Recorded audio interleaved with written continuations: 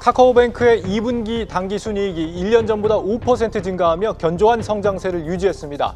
특히 대출 이자 수익이 아닌 수수료 플랫폼 수익에서 8%대 고성장을 거두면서 일반 시중은행들과 차별화된 면모를 과시했습니다. 은행주 중에서는 유일하게 배당 성향이 정부 배당소득 분리과세 기준인 40%를 웃돌 것이란 전망도 나옵니다. 네, 취재기자 연결해 들어보겠습니다. 유주환 기자, 이 카카오뱅크 상반기로 합쳐서 보면 역대 최대 실적이라고 하던데 배경이 어디에 있습니까? 네, 맞습니다. 먼저 크게 늘어난 고객 수를 기반으로 최근 출시한 신상품들이 호응을 얻었고요. 말씀하신 대로 이번 2분기 실적 발표 시즌에 좀 은행권 공통적으로 비이자 이익이 크게 개선된 모습이었는데 카카오뱅크 역시 이 부분이 실적에 크게 기여한 것으로 나타났습니다. 카카오뱅크의 상반기 당기 순이익이 전년 동기 대비 14% 증가한 2,637억 원으로 최고치를 기록을 했고요. 2분기만 놓고 보면 이익이 5% 늘어난 1,263억 원을 기록했습니다. 고객 수는 2,586만 명으로 상반기에만 98만 명이 증가했습니다. 수신 부문에서는 모임 통장으로 대표되는 저원가성 예금이 받쳐주는 가운데 MMF 박스 같은 신상품 덕에 수신 잔액이 전년 대비 19% 늘어난 63조 7천억 원을 기록했습니다. 또 여신에서는 대출 비교 서비스 제휴사 확대에 따른 실행 금액의 증가, 또 100% 비대면으로 이루어지는 보금자리론 등이 소비자들의 호응을 얻었습니다. 다만 카카오뱅크의 순이자 마진, 우리 님이라고 하는 이 마진율이 1.92%로 다른 은행 대비 상대적으로 큰 축소폭을 보였습니다. 연체율은 전분기와 유사한 0.52%를 기록했고요. 고정이하 여신 비율은 0.54%로 다소 늘었습니다. 영업수익 중 이자 수익이 6,041억 원으로 전분기 대비해서는 늘기는 했지만은 지난해 3분기 이후 보이는 전반적인 하락 추세를 이어갔고요. 투자 금융자산에서 운용수익이 무려 1,810억 원이 발생한 것도 눈에 띄었습니다. 네, 은행의 수익성을 나타내는 주요 지표가 이 순이자 마진이죠. 예금 대비 대출 이자로 우리가 얼마를 벌었느냐를 나타내는 건데 이 다른 은행들 대비해서 카카오뱅크는 순이자 마진이 상대적으로 부진하게 나왔습니다. 이건 어떤 배경입니까?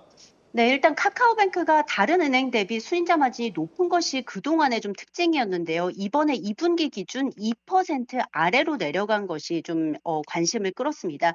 오늘 실적 발표 이후에 이어졌던 컨퍼런스 콜에서 권태훈 최고 재무 책임자는 이 님 비율이 17bp가량 감소한 데 대해서 수신이 성장하기는 했지만 MMF 박스 같은 순이자 마진에 반영되지 않는 자산이 늘었기 때문이라고 설명을 했습니다.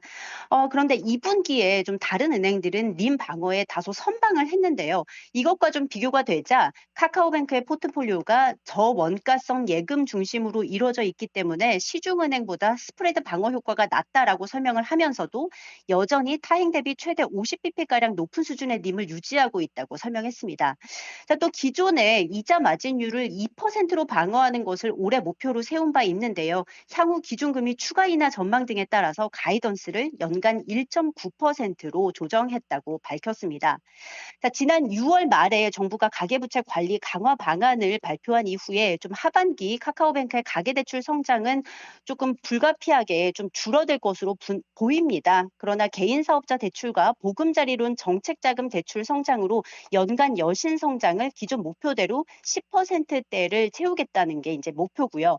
3분기 이후에 부모와 아이가 공동으로 자금을 관리하는 우리 아이 서비스, 또 대화형 AI가 모임주 역할을 하는 AI 모임 총무, 또 개인 사업자 비대면 상품 등 신상품을 출시할 예정이라는 계획도 함께 밝혔습니다.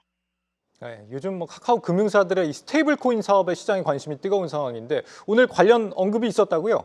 네, 맞습니다. 최근에 카카오와 카카오페이, 카카오뱅크 같은 계열사 CEO들이 공동으로 장을 맡은 TF를 꾸려서 스테이블 코인 동향 파악과 전략 마련을 위한 행동을 본격화했습니다.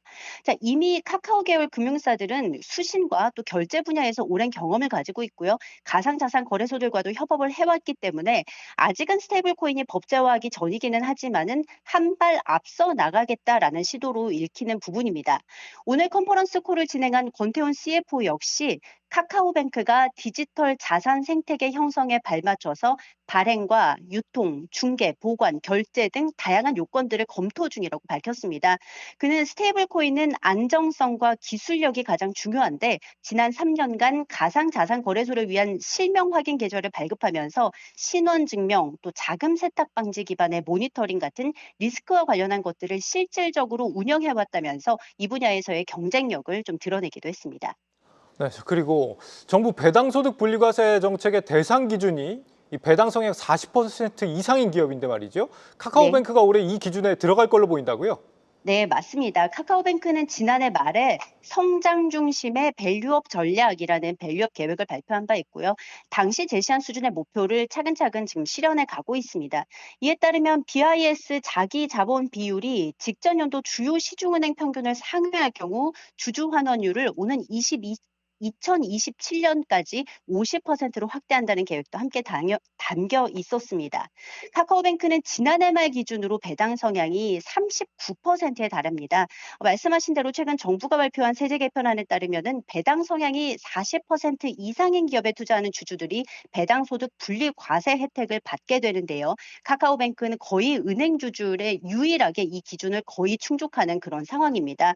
이는 다른 은행 지주 계열사들과 달리 별도의 자사주 매입 소각 없이 배당으로만 주주 환원을 하고 있기 때문입니다. 자, 증권업계에서는 올해 카카오뱅크의 배당 성향이 45% 이상까지 늘어날 것으로 예상을 하고 있고요. 말씀하신 세제 개편안이 지금 원안대로 통과가 된다면은 카카오뱅크 보유주주는 분리과세 혜택을 볼 수 있을 것으로 예상되고 있습니다. 지금까지 보도국에서 한국경제TV 유주환입니다.